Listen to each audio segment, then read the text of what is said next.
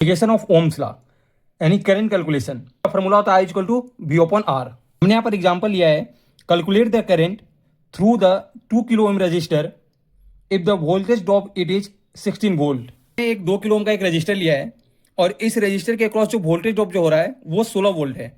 तो इस रजिस्टर में कितने एम्पियर का करंट फ्लो कर रहा है ये हमें कैलकुलेट करना है। गिवन की बात करें तो यहाँ पर वोल्टेज हमारा 16 वोल्ट दिया हुआ है और रजिस्टर की वैल्यू कितना दिया हुआ है 2 किलो ओम। ओम्स लॉ के अकॉर्डिंग क्या होता है हमारा I इक्वल टू क्या होता है V अपॉन R। वोल्टेज हमारी कितनी है 16 वोल्ट और R हमारी कितनी है 2 किलो ओम। ये 16 अपॉन 2 इंटू 10 के पावर 3 हो जाएगा, क्योंकि किलो ओम को जब ओम में कन्वर्ट करते हैं तो 10 के पावर 3 हो जाता है। I इक्वल टू क्या हो जाएगा हमारा 8 गुने 10 के पावर -3। और जो हमारा I इक्वल टू क्या आ जाएगा हमारा 8 मिली एम्पियर।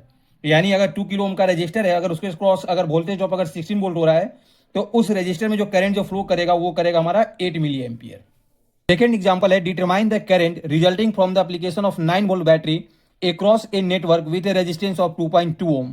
यानी एक 9 वोल्ट का एक बैटरी है और उस बैटरी के क्रॉस हमने 2.2 ओम का रजिस्टर लगा दिया है, तो उस रजिस्टर में कितने एम्पियर का करंट फ्लो करेगा। अगर हम गिवन की बात करें तो यहाँ पर हमारा V कितना दिया हुआ है 9 वोल्ट और R हमारा कितना दिया है 2.2 ओम। इस लॉ के अनुसार I इक्वल टू क्या होता है हमारा V ओपन R, जहां पर हमारा V कितना हमारा है 9 वोल्ट, R हमारा कितना है 2.2 ओम। यानी जब इसको हम डिवाइड करते हैं तो I इक्वल टू कितना आ जाएगा, यानी I इक्वल टू हमारा आ जाएगा 4.09 एम्पियर।